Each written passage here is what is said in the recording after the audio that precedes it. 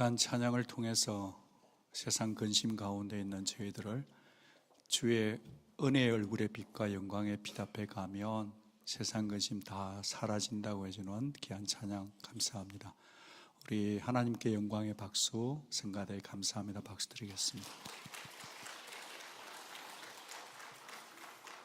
다 함께 일어나셔서 같이 하나님 말씀 받겠습니다.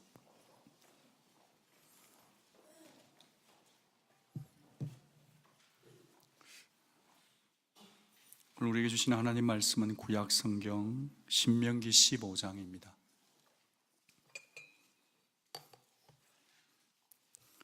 구약 성경 285페이지 정도에 있습니다. 구약 285페이지 신명기 15장 7절입니다. 7절. 내 하나님 여호와께서 네게 주신 땅 어느 성읍에서든지 가난한 형제가 너와 함께 거주하거든 그 가난한 형제에게 내 마음을 완악하게 하지 말며 내 손을 움켜쥐지 말고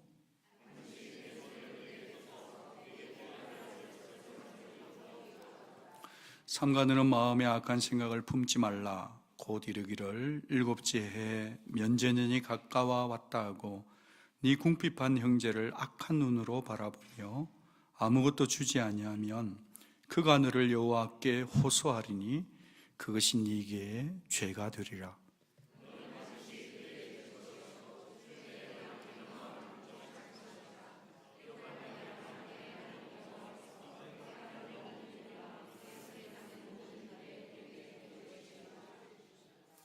땅에는 언제든지 가난한 자가 그치지 아니하겠으므로 내가 네게 명령하여 이르노니 너는 반드시 네 땅 안에 내 형제 중 곤란한 자와 궁핍한 자에게 네 손을 펼지니라. 아멘.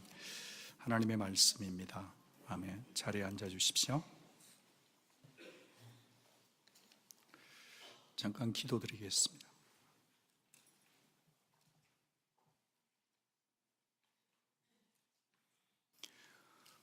오늘 말씀의 제목을 주라 아끼지 말고 그리하면으로 정했습니다. 2018년 저희 교회가 리더십 비전 컨퍼런스를 할 때 우리 교회가 방향을 딱 정했습니다. 그 방향은 빌딩보다 사람이 더 중요하다는 방향을 잡았습니다. 사람이 빌딩보다 더 중요합니다. 또 다른 하나는 이 땅에 있는 캐슬, 즉 나의 제국보다 더 중요한 것은 하나님 나라의 킹덤이다. 그렇게 정했습니다. 나 자신이 지금 살고 있는 이민자의 모든 삶, 그리고 내가 쌓고 있는 커리어보다도 더 중요한 것이 하나님의 나라다. 그렇게 잡은 거죠. 그러면서 그 방향의 구체적인 슬로건을 구체화하면서 우리가 For our neighborhood 이렇게 정했습니다. 우리 목사님들께서 디자인을 하셨는데 마태복음 5장 16절 말씀을 가지고 이 방향성을 우리 이웃을 더 사랑하기로 결정했습니다. 원래 커뮤니티라는 단어가 두 단어의 합성어입니다. 하나는 come, together, 더불으라고 하는 이 단어와 munitas라고 하는 라틴어인데 이는 선물, gift라는 뜻입니다. 그러니까 그 안에 함께 거하는 자체가 선물 같아야 된다. 그런 말이에요. 다시 말씀드리면 서로가 서로에게 선물이 되고 싶은 사람들이 모인 곳이 바로 커뮤니티다. 그렇게 봅니다. 이런 서로가 서로에게 선물이 되려고 하면 우리 자신들이 뛰어넘어야 될 게 있는데 그것이 우리의 이기심이나 우리의 욕심을 내려놓거나 뛰어넘어야 하겠죠. 이런 정신을 따라 배우고 실천하는 곳이 바로 교회 커뮤니티가 되어야 된다. 그런 겁니다. 우리가 오늘 광고 영상을 보기 전에 어제 푸드뱅크가 있었던 영상을 저희들이 봤습니다. 어제 새벽 6시에 어른들이 시켜서 그런 것이 아니라 우리 청소년들이 6학년부터 시니어들이 그리고 EM에 있는 영업관 젊은이들과 몇몇 어르신들이 다 모여서 아침에 베이컨을 구웠습니다. 그리고 팬케이크를 굽고요. 그리고 치킨 수프를 끓였는데 어제 날씨가 너무 차가웠잖아요. 그래서 거기에 푸드뱅크 음식을 받으러 왔던 많은 사람들이 얼마나 행복해 했는지 모릅니다. 우리 어린 자녀들이 새벽 6시에 교회 와서 쿠킹을 하는데 그것을 지켜보는 저도 얼마나 행복했는지 모릅니다. 그래요. 우리 교회는 올해 2018년에 가까운 이웃에서부터 시작해서 먼 곳까지 있는 이웃들에게 선물을 주는 교회가 되기를 원합니다. 우리가 이 세상에 선물을 준다 할 때 교회가 이 세상에 줄 수 있는 선물, 당연 첫 번째는 주 예수 그리스도의 십자가의 복음인 줄로 믿습니다. 그러나 동시에 똑같이 중요한 부분이 우리가 이 땅에 살아가는 성도들의, 또한 불신자들이 할지 이 땅을 살아가고 있는 사람들의 아픔과 신음과 눈물을 거절하지 않고 그들의 경제적인 필요를 채우는 것도 똑같이 중요합니다. 저는 우리 교회와 성도가 손을 펴는 교회가 되는 교회가 되기를 원합니다. 작년에 제가 애틀랜타에서 열렸던 그 기독교 지도자들 리더십 리띵크 세미나에 다녀온 적이 있습니다. 그게 수많은 목사님들이 자신의 사역을 소개하는 중에 아주 건강한 미국 교회인 노스포인트 처치의 앤디 스탠리 목사님의 강연이 기억에 남습니다. 그 목사님의 교회가 이 세상에 있는 약한 자들을 돕기 위해서 그 교회는 매달 각각의 성도들이 39불 99를 하나님 앞에 드리는 운동을 했습니다. 초대형 교회이기 때문에 그 액수가 어마어마하기로, 그래서 미국에 있는 정말 미혼모들이나 수많은 크리스천 인스티튜트를 돕는 일을 감당을 하고 있었습니다. 얼마나 그것을 참 기뻐하고 자랑스러워했는지 모르고요, 그 교회 성도들이 하나님이 채워주시는, 하나님의 살아계시는, 하나님이 세상을 사랑하는 그 마음 때문에 성도들의 생기가 차고 넘쳤습니다. 여러분, 성경에서 이웃을 향해 손을 펴라는 이 메시지는 창세기부터 요한계시록까지 도도하게 흘러가는 큰 강이고, 그 강은 바로 하나님의 마음입니다. 우리가 잠깐 살펴보면 너희들이 농사를 지을 때 다 추수하지 말고 너희들 욕심으로는 한 톨이라도 다 죽고 싶겠지만 내 모퉁이는 추수를 하지 말고 남겨두어서, 이유는 고아나 가부나 나그네를 먹고 살도록 해주라는 것이 하나님 아버지의 마음이었습니다. 오늘 말씀을 보더라도 하나님의 관심사는 늘 약자에게 흐르고 있음을 놓쳐서는 안 돼요. 우리가 오늘 본문 말씀을 7절부터 읽었지만 실제로는 이것이 1절, 신명기 15장 1절의 연장선상에 있어요. 거기 내용이 이렇습니다. 하나님께서 모세를 통해 주신 메시지가 매년 7년째가 되면 이웃에 빚진 자가 있을지라도 그것을 다 탕감, 면제해 주라는 것이었습니다. 그것이 하나님의 뜻이고 하나님을 위해서 그렇게 해달라 하셨어요. 그 면제의 규례는 이러하니라. 너희가 이웃에게 구워준 모든 채주는 그것을 면제해 주고 그의 이웃에게나 그의 형제에게 독촉하지 말지니라. 이는 누구를 위해서? 여호와를 위하여 면제를 선포했다 하셨습니다. 여호와를 위한 것임을 잊지 않았으면 합니다. 그럼 면제 대상은 누구냐 하면 도저히 갚을 수 없는 가난한 자들이었습니다. 우리가 그들이 어려워서 빌려줄 때도 긍휼이어야 되지만 7년째가 되어갈 때 한 번 더 그들에게 관용을 베풀어서 없는 것으로 만들어 주어서 다시 한번 경제적으로 일어설 수 있도록 해주는 것이 하나님을 위한 일이었다는 것을 우리는 잊지 말아야 합니다. 인생을 살다가 보면 이런 상담 받을 때가 있습니다. 필요해서, 돈이 필요해서 사채 빚을 좀 냈는데 이 빚은 얼마가 안 되는데 그 이자가 구르고 얼마나 굴렀던지 이자보다 수백 배가 되어 가지고 말이죠, 그것이 또 조직과 폭력과 법적인 조치와 맞물려 있다서 정말 죽고 싶은 마음으로 살아가는 자식을 둔 어머니들도 계시고, 또 실제로 본인들도 살다 보니 그런 분도 어쩌면 이 자리에 계신지 모르겠어요.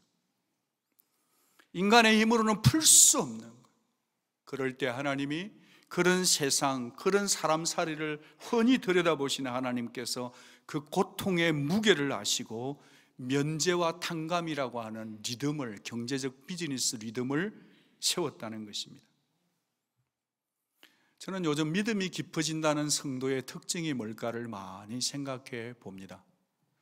믿음이 좋다, 믿음이 깊어지는 사람의 특성은 내 주변에 있는 사람의 아픔과 눈물을 넓고도 깊게 이해해 주는 사람이 신앙이 가장 좋은 사람인 것 같습니다. 가벼운 이야기를 하나 하고 싶습니다. 타도시, 타주에 살다가 이곳으로 이사 오신 분이 들려준 얘기입니다.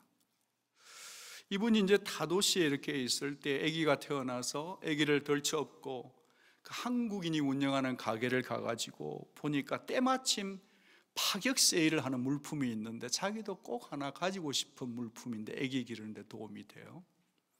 그래서 줄을 서서 기다리고 있었는데 이게 웬일이에요? 그 앞에 있는 분이 그 남아있는 것을 전부 다 양손에 부둥켜 안고 계산대에 선 거예요.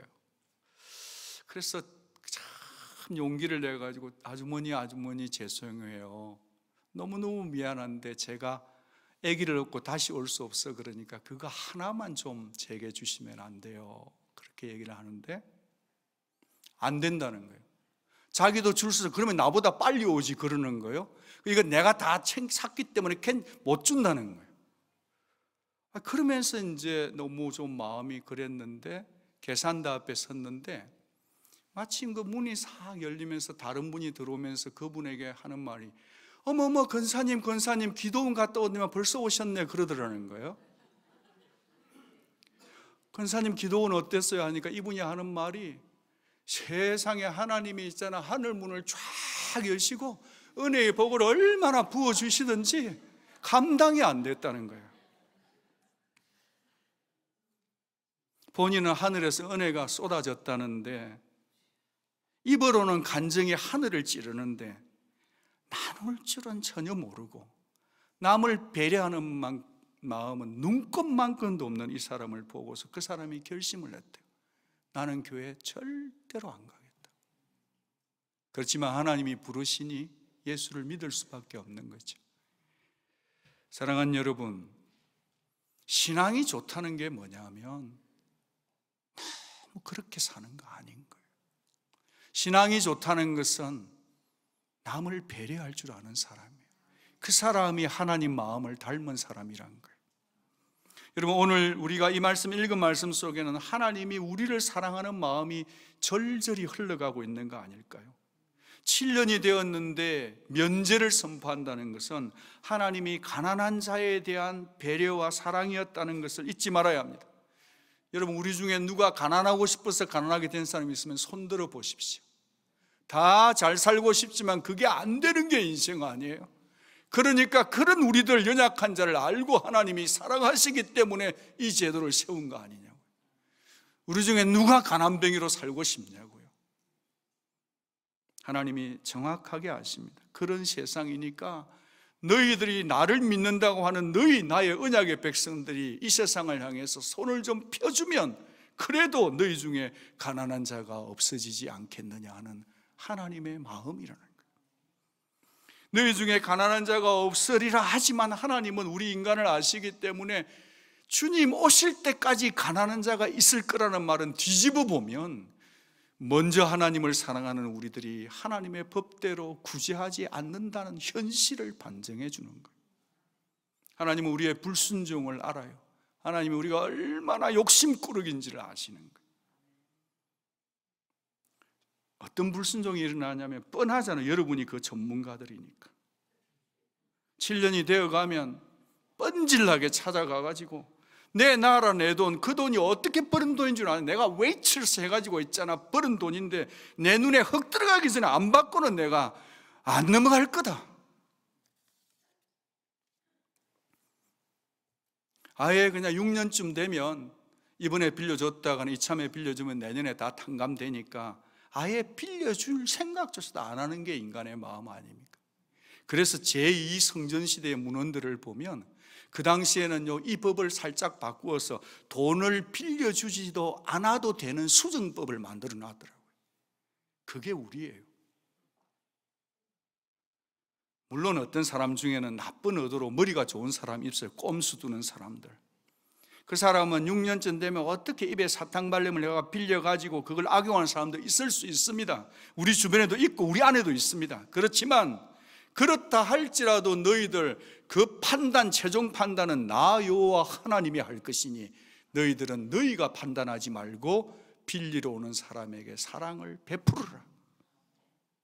돌려받지 못할 타이밍이지만 하나님은 우리에게 얘기할 때 너는 네 손을 반드시 펴라. 저는 오늘 설교 제목을 그냥 반드시로 할까 생각했었어요. 성경을 잘 읽어보면 반드시가 약속과 명령으로 얼마나 꼿꼿이 되어 있는지를 우리가 봐야 합니다. 입장 바꿔놓고 생각해 보기를 하나님이 원하시는 것입니다. 악한 생각 품지 말아라. 아까워하지도 말아라. 눈으로 보고서도 도와주지 않으면 그게 악한 일이고 그게 뭐다? 죄다. 그러면서 신명기 15장 10절 말씀이 있습니다. 같이 읽겠습니다. 너는 반드시 그에게 줄 것이요 줄 때에는 아끼는 마음을 품지 말 것이니라. 진짜 믿음이 좋은 사람들은 저기에 반드시에다가 줄을 긋는 거예요. 그러면서 내가 반드시 하지 못한 것을 돌아보는 사람이 진짜 믿음 좋은 사람들이에요. 7절 8절 말씀을 보면 하나님이 가난한 자를 사랑하는 마음의 지침이 아주 단호합니다. 보통 단호하신 게 아니에요. 7절 8절에 보니까 가난한 형제에게 네 마음을 완악하게 하지 말며 네 손을 제발 그만 움켜쥐고 반드시 네 손을 그에게 펴서 그에게 필요한 대로 쓸 것을 구워주어라 그래요. 어떻게 구워주냐 하면 반드시 구워줘야 합니다. 받아합니다. 반드시 구워주라. 모두가 다 하시기를 바랍니다. 필요한 대로 구워주라. 넉넉히 구워주라. 반드시 필요한 대로 그것도 넉넉히 구워주기를 원하는 것은 하나님의 마음이에요. 이 부분이 불편하면 여러분은 지금 악한 겁니다. 모세가 이 하나님 마음을 전달하면서 사람의 신체 부위, 사람이 제일 소중히 여기는 것을 세 가지를 가져와서 하나님 마음을 우리 앞에 설명하셔요. 간곡하게. 첫 번째는 뭐냐? 손이에요. 손. 7절 말씀을 보면 네 손을 제발 움켜쥐지 말아라. 8절에 보니까 반드시 네 손을 그에게 펴라. 돈은 잡는다고 다 네 것 되는 거 아니다. 순간이다. 펴라 그러는 거. 지난 주일날 제가 하나님의 손에 대해서 메시지를 전했는데 그때는 우리 모두가 다 누구의 손 안에 있다 그랬습니까? 하나님의 손 안에 있다고 그러셨어요. 여러분은 하나님의 손을 사랑하시는 줄로 믿습니다. 오늘은 우리 턴이에요. 내가 네 생명을 내 손에 붙들고 있으니까 오늘은 내가 너희들 손 좀 빌려보자. 그런 음성이 들리는 것 같습니다. 네 손으로 한번 손을 펴서 도와줘봐라 그러시는 거 아닐까요? 네가 남을 도와주지 않는데 내가 네 뭐 때문에 붙들어 줘야 되니라고 묻는 거 아니냐는 거예요. 두 번째는 마음입니다. 여러분, 사람이 마음이란 게 참 신기해요. 마음만 먹으면 못 도와줄 일이 없어요. 그런데 마음이 틀어지면요, 있어도 절대 안 줘요. 내가 묻고 죽었으면 죽었지 절대 안 줍니다. 그게 마음이에요. 마음이 왜 그러냐면 이게 하나님의 마음과 닮아서 그래요. 마음은 인간의 의지를 결정하고 행동을 시동케 하는 거거든요. 이게 마음이 중요한 거예요. 그 7절에 네 마음을 완악하게 하지 말아라. 10절에 아끼는 마음을 절대로 품지 말라 하신 거예요. 첫째는 뭐예요? 손. 두 번째는 마음. 세 번째는 뭐냐면 눈이에요. 눈. 9절 말씀을 보니까 네 궁핍한 형제를 악한 눈으로 바라보며 아무것도 주지 아니하면 그것이 죄라 그러시는 거예요. 사람이요, 눈이 사시가 된 사람이 있어요.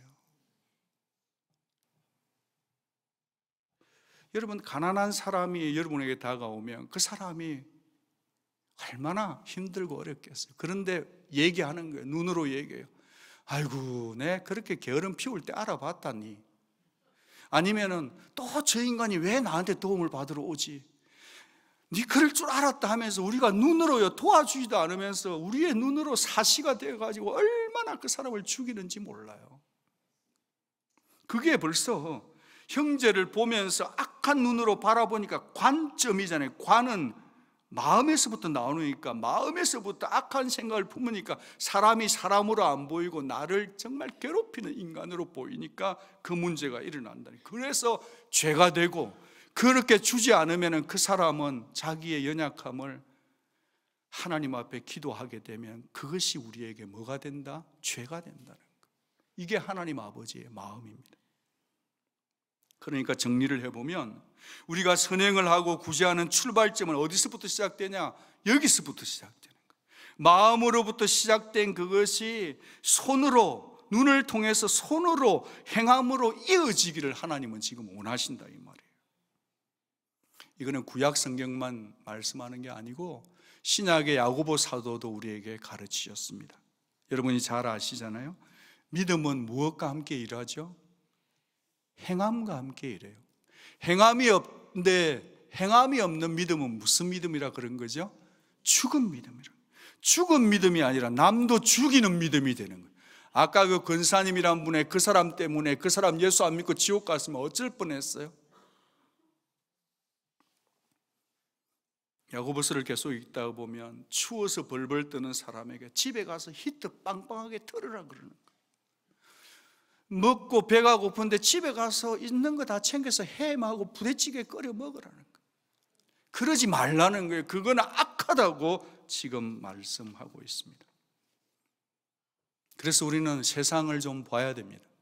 물론 우리 교회는 사회복음주의 교회는 절대로 아닙니다. 그러나 신앙생활을 하면 할수록 여러분이 아시는 대로 이 세상은요, 말로 전하는 복음과 아울러서 행동으로 손해보면서 보여주는 복음을 보고 싶어하는 것이 세상인 줄로 믿습니다. 그래, 우리 교회가 넘치는 복음으로 이웃으로라고 했는데 저는 두 가지를 같이 꼭 가져가기를 원해요. 십자가 주 예수의 복음과 아울러서 여러분의 희생이 담긴 사랑과 구제를 통해 복음을 전해낼 수 있는 경건한 분들이 될 수 있기를 초대합니다. 여러분, 우리가 경건하기 위해서 교회에 나오는데 경건에는 두 얼굴이 있어요. 같이 한번 읽어봅니다. 시작. 하나님 앞에서 정결하고 더러움이 없는 경건은 곧 고아와 가부를 그 환난 중에 돌아보고 또 자기를 지켜서 세속에 물들지 아니하는 그것이니라. 지금 저는 정결하면서도 더러움이 없는 깨끗한 경건을 얘기하는데 이 경건이 두 얼굴이 있다고 얘기했어요. 우리는 생각하기를 교회 다니는 분들이 경건하게 삽시다 이러면 내가 죄 짓지 않고 세속에 물들지 않는 후반부만 생각해요. 그런데 자기를 지키는 거 경건 맞지만 야고보 사도는 우리에다가 가운데에 순서를 정해놨다는 거예요. 정결하고 더러움 없는 경건이 자기를 세속에서 지켜 물들지 않는 그것이 먼저 우선순위를 둔 게 아니라 그보다 앞서서 중간줄을 기록해 두었으니 곧 고아와 가부를 그 환난 중에 돌아보고 그리고 난 다음에 두 번째로 네 자신을 지켜서 세속에 물들지 않는다. 고아와 가부를 그 환난 중에 돌아보지 않으면서 자기를 세속에서 죄짓지 않도록 노력하는 경건도 절름발이요. 자기는 지키지 않고 죄는 펑펑 지으면서 돈이 있어서 고아와 가부를 돌아보면서 생색내는 것도 절름발이 경건이다. 참 경건이 뭐냐고 말할 때 고아와 가부를 돌아보면 구제와 아울러서 나 자신을 죄로부터 지켜내는 경건 훈련이 참된 경건인 줄로 믿습니다. 하나님께서 왜 모세를 통해서 이 탕감제도를 주셨는가? 하나님께서 왜 이 말씀을 그들에게 주셨는가를 생각해 보고 싶습니다. 이것은 단순히 가난한 사람들을 위해서만 주셨다고 생각하면 반쪽 깨달음이에요. 저는 이 명령을 주신 것이 오히려 하나님을 사랑하는 사람들을 위해서 주신 메시지라고 봐요. 면제 제도는 하나님을 위한 제도라고 하셨어요. 하나님의 자존심이 걸린 제도예요. 무슨 말이냐? 여러분이 다 죄주가 되어서 돈을 빌려준 사람이 되었다고 해봐요. 그러면은 7년이 되면 그 빌려준 돈이 얼마나 아깝겠어요, 그죠? 다 아깝고 억울하죠. 그런데 그 아까운 법을 지켜내는 사람은 어떤 생각이 드냐면, 이 돈이라는 게 다 내 것이 아니구나, 하나님이 내게 주셔서 이만큼 있는 거구나 하면서 꼭 죽음 앞에 가셔야 깨닫는 게 아니고, 이 7년마다 찾아오는 면제법 때문에, 7년마다 찾아오는 면제법 때문에 빈손의 신학을 배웠다고 봐요. 어떤 신학이요? 빈손의 신학. 여러분, 우리가 인생이 살아갈 때 여러분이 아무리 많이 가지고 계셔도, 아무리 아껴도요, 하나님이 허락하셔야만 여러분의 것이 되는 것입니다. 그래서 7년마다 우리의 인생이 다시 한번 내 삶을 새롭게 살아가는 법을 배우는데, 없어져 봐야 그것이 얼마나 고마운 줄 알아요. 이 빈손의 신학을 저는 이렇게 봐요. 제가 목회를 하다 보니까요, 참 귀한 분들을 많이 만나는데 누가 귀한 분이냐를 알려드릴게요. 며칠 전에도 어느 분을 봤는데 이분이 안 해본 게 없어요. 돈도 엄청 벌어 보셨어요. 그런데 참 잘 나갔는데 하나님이 한번 탁 하니까 이게 다 날아가 버리더라는 거죠. 정말 안 해본 게 없으시더라고요. 그런데 그분이 하나님을, 돈은 잃었고 모든 것은 잃었지만 하나님을 사랑하는 그 순수함은요, 마치 큰 산 앞에 제가 서 있는 것 같더라고요. 여러분, 건강을 잃어봐야 건강이 얼마나 좋은 줄 알아요. 하나님이 한 번씩 이렇게 면전을 한다는 것은, 탕감을 시킨다는 것은 마치 소화불량에 걸려있는 우리들을 트리미를 한 번 시키는 거라고 봐요. 제가 할아버지가 되고 나서 보니까 이 손녀가 태어났는데 먹고 나면요, 트리미를 안 하면 안 돼요. 트림을 하면 이게 다 토해내요. 토해야 돼요, 여러분. 여러분이 가지고 있는 것들 계속 이렇게 하다 보면 여러분의 것이 안 될 수 있어요. 토해내고 보면 빈손으로 왔다가 갈 내 인생을, 남은 인생을 어떻게 내가 소중하게 아껴서 하나님 위해서 살 수 있을까를 깨닫게 되는 비결이 면전연에 있다는 것을 믿으시기를 바랍니다. 그런 거로 하나님은 가난한 자만 사랑하는 것이 아니라 부한 자도 사랑하시면서 이 제도를 통해서 나의 인생의 근본은 하나님께 달려있다라고 하는 것을 보여주시며, 도리어 가난한 자를 아끼는 것보다도 있는 자들을 향한 하나님의 배려라고 저는 깨닫게 되었습니다. 구약은 그렇다 치고 신약은 그러면 어떻게 되는가? 지금은 율법 시대가 끝났지 않은가? 그렇게 생각하는 분이 있겠지만 저는 그렇게 보지 않습니다. 율법은 단절된 게 아니고 오늘 우리에게서 연결되었다, 이 말이에요. 마태복음 25장을 보면 이 말씀이 우리에게도 지금 적용된다 볼 수 있어요. 예수 그리스도는 어제나 오늘이나 영원토록 어떻게 하시죠? 동일하신 분이세요. 그러니까 우리 주님께서 신명기 15장 말씀을 하실 때 말씀이신 그분이요, 율법의 완성이신 그 예수님께서 신명기 15장 말씀을 하실 때 예수님이 거기 계셨을까요? 계시지 않았을까요? 저는 그 자리에 계셨다고 보는 거예요. 그러면서 오늘 이 말씀을 마태복음 25장으로 다시 연결해서 우리에게 알려주고 계십니다. 마태복음 25장은 마지막 심판에 관한 메시지예요. The Final Judgment이에요. 거기에 단어들은 영생 아니면 영벌이에요. 천국 아니면 지옥이라고 하는 성경에서 가장 엄격한 단어들이 사용되어졌어요. 여러분, 팔레스타인에서 양떼를 기를 때 양과 염소가 낮에는 같이 있지만 저녁이 되면 양은 양들의 우리에 들어가고 염소는 염소의 우리로 들어가는 갈라짐이 있습니다. 저녁이 되었다는 거죠. 심판의 시간이 되었을 때 우리 주님이 오셔서 모든 열방의 민족, 저와 여러분도 그 앞에 다 서게 됩니다. 모든 민족이 다 서는데 그쪽에 주님이 편을 나누세요. 오른쪽에는 누구를 두죠? 양들을 둬요. 왼쪽에는 누구를 둬요? 염소를 둔다고요. 그렇게 되어 있을 때 그들에게, 양들에게는 영생을 상속하도록 하십니다. 천국을 가게 약속하셨고, 염소들에게는 영벌, 지옥을 말씀하고 있는데, 그 천국과 지옥과 영생과 영벌을 갈라내는 기준이 있어요. 뭘까요? 착한 행실이에요.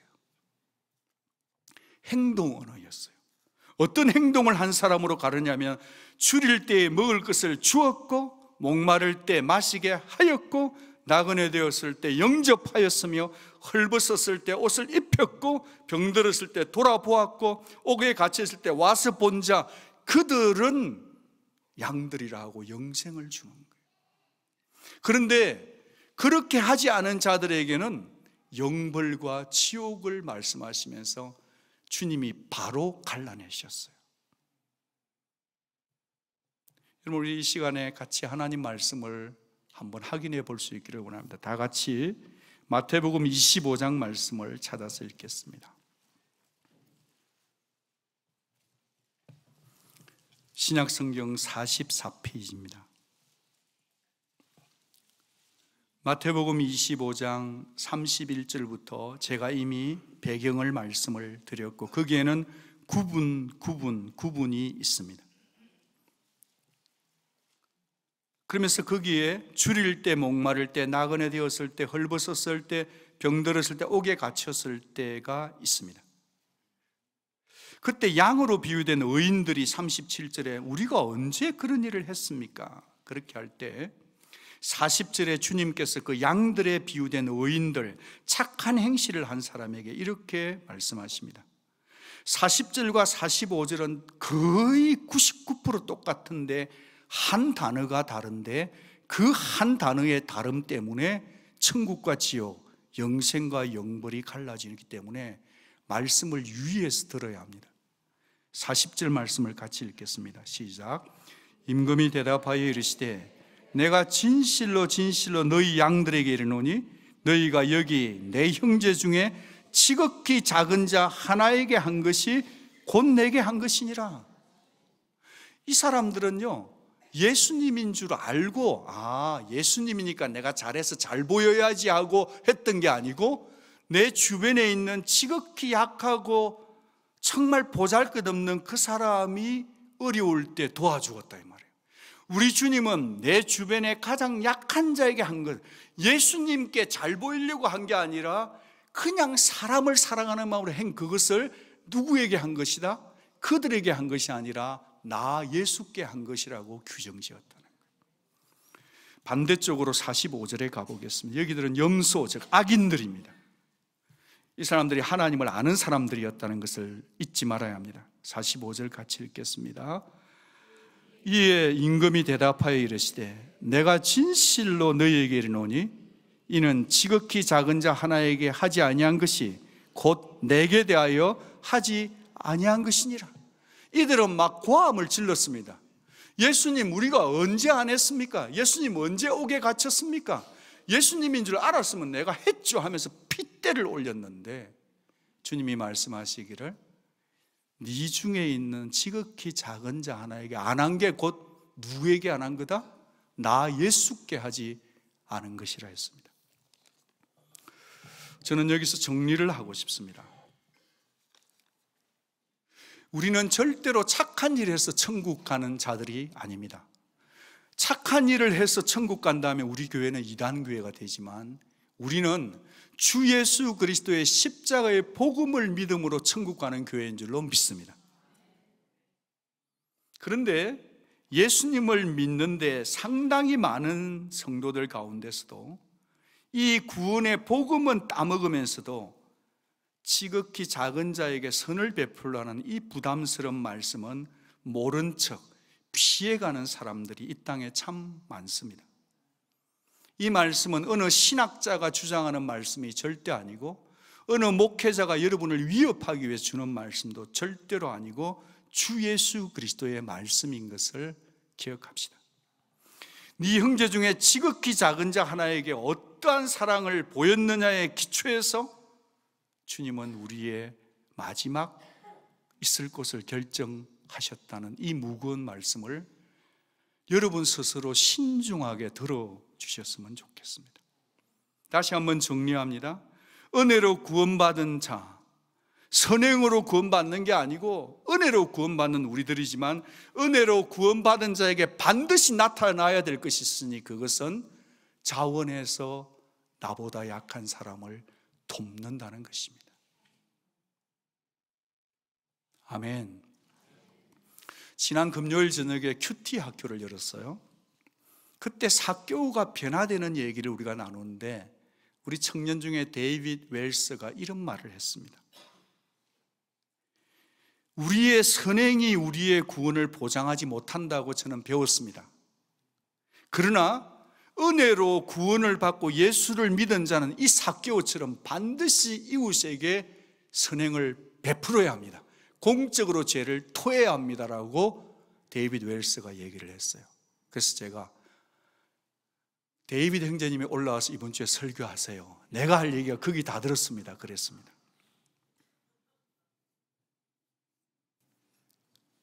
여러분 정말 신중하게 여러분 신앙생활을 검토해 보시기를 바랍니다.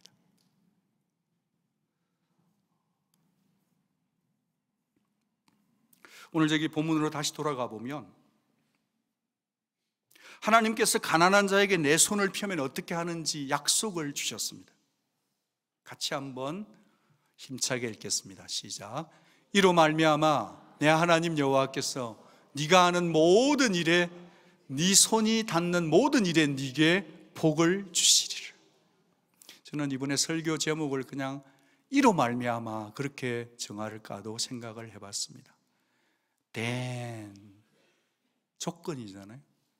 Because of this.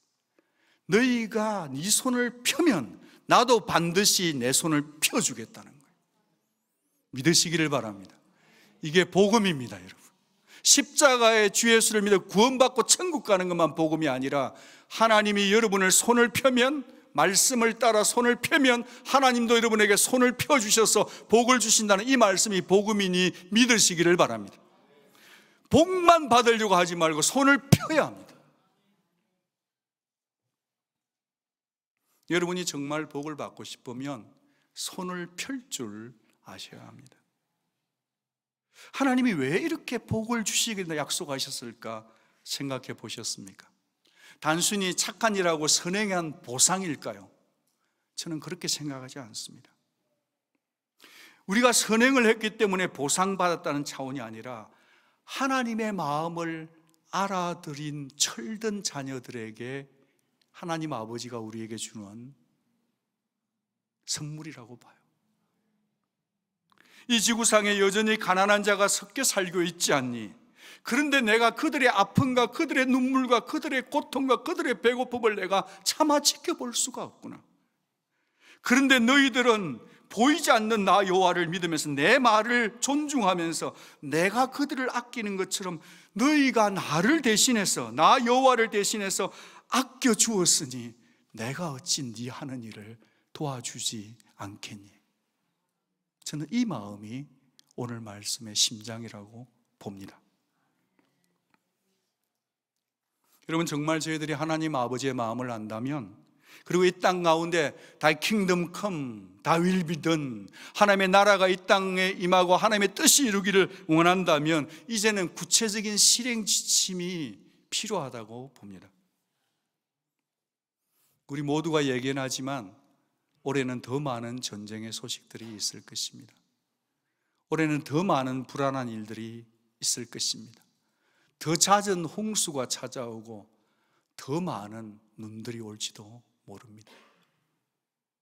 세상이 이렇게 어려워져 갈 때 세상을 도와줄 수 있는 많은 기관 중에 저는 교회가 그 일을 감당해야 된다고 믿습니다. 사랑하는 여러분, 어떻게 도울 수 있을까요? 주 예수의 복음의 사랑으로 도와야 되고 우리가 구체적인 삶의 필요를 채워야 되지 않겠습니까? 저는 어느 교회처럼 39불 9구를 매달 내라고 강요할 자격도 없고 해서도 안 된다고 생각합니다. 그렇지만 저는 제안을 드립니다. 각 가정마다, 각 개인마다 의미 있는 일이 있을 때, 자녀들의 생일이든지 부부간의 결혼기념일이든지 아니면 승진을 했든지 자녀들이 잘 되었든지 무슨 의미가 있을 때 여러분은 부모된 자로서 그 타이밍을 놓치지 말고 그 자녀를 붙들고 우리가 왜 이웃에 대해서 손을 펴고 헌금을 내야 되는지를 가르치는 것보다 더 좋은 자녀의 미래 보험이 없다고 저는 보는 거예요. 여러분, 정말 기회를 놓치지 말고 여러분이 살아있는 동안 의미 있는 일마다, 애니버서리마다 여러분이 이웃을 위해서 구제하는 삶을 살아주시기를 촉구합니다. 하나님은 미래를 훤히 내다보시는 분이세요. 하나님은 보이지 않지만 우리가 이 땅의 가난한 사람들을 위해서 마음을 쏟으면 하나님이 저와 여러분을 손잡아 주시는 분인 줄로 믿습니다.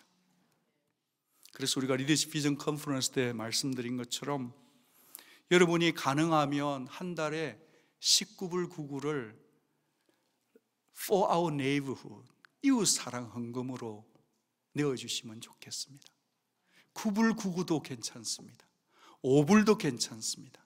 액수가 중요한 게 아니라 여러분 모두가 다 하나님의 영광을 위해서, 이웃을 사랑하기 위해서 이 헌금을 해주시면 고맙겠습니다. 물론 여러분 중에는 그런 분도 있을 거예요. 우리 얼마나 많이 헌금 내는데 그 헌금으로 교회에서 하지 왜 또 우리에게 헌금 내라 하냐고 하는 분이 계실 텐데요. 교회도 예산을 정해두었습니다. 그렇지만 오늘 여기 말씀을 정확하게 뚫어지게 보면 계속해서 너라고 하는 2인칭 대명사로 하나님이 요청하고 있습니다. 하나님이 돈이 없어서 여러분에게 구제헌금 내라고 하는 것이 아니라 여러분의 경제활동을, 여러분의 신앙을 책임지겠다고 하는 하나님의 개인적인 초대예요.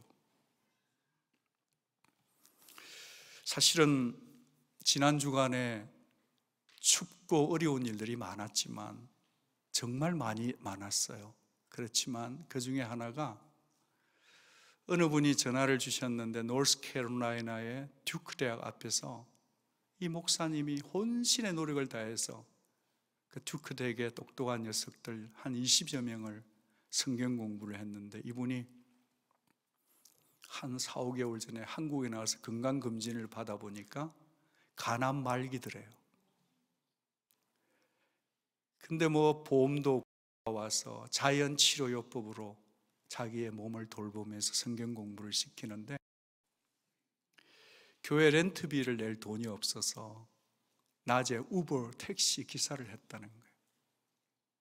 이게 과로가 오니까 사람이 지난 2주 전에는 설교를 못하게 되니까 뉴욕에 있는 제 친구 목사를 불러서 설교를 좀 해달라고.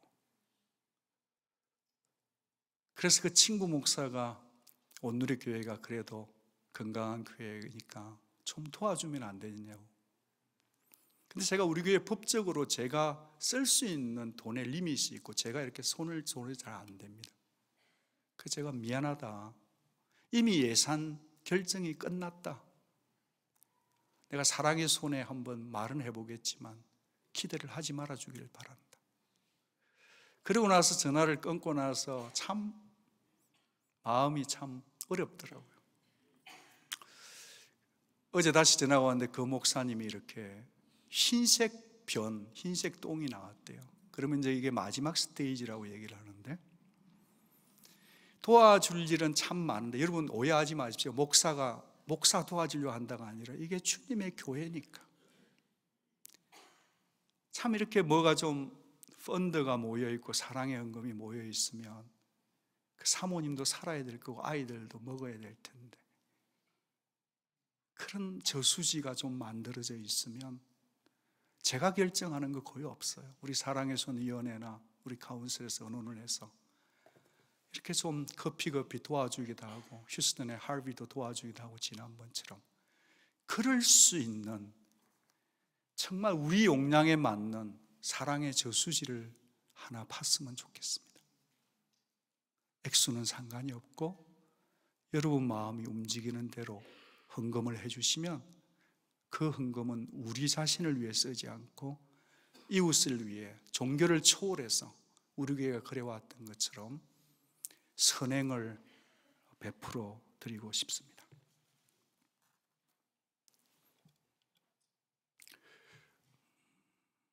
말씀을 접으면서 여러분들에게 부탁드리고 싶은 게 있습니다. 두 가지인데요. 마지막에 우리가 찬송을 부를 텐데 약간 좀 슬픈 찬송이에요. 예수님 생각하며 부르는 찬송인데, 내 너를 위하여 몸 버려 피 흘려.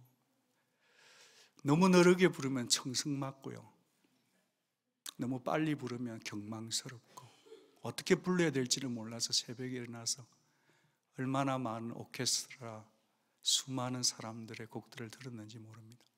제가 부탁드린 건 뭐냐 하면, 그 찬송을 부를 때 아이고 헌금 내라 하는구나, 돈 생각하지 말고 그 찬송을 불러주기를 부탁합니다. 예수님이 여러분을 위해서 하늘 보좌 버리고 오셨는데, 여러분이 예수를 얼마나 사랑하는지를 생각하고 그 찬송을 불러주시기를 첫 번째로 부탁하고, 두 번째 부탁은 하나님을 깊게 신뢰할 수 있기를 바랍니다. 잠언서를 보니까 가난한 자에게 구워주는 것은 하나님에게 빌려주는 것이라 했더라고요. 여러분이 손을 펼 때 하나님이 반드시 여러분에게 갚아주시는 분임을 신뢰하는 여러분 되기를 바라고, 우리 속에 착한 일을 시작하신 주님의 마음을 따라 우리 모두가 하나님을 기쁘시게 하고 이웃을 사랑하는 삶을 살아가다가 주 앞에 설 수 있는 우리 모두가 되기를 주님의 이름으로 축복합니다. 아멘. 다 함께 일어나셔서 마지막 찬송을 드리겠습니다.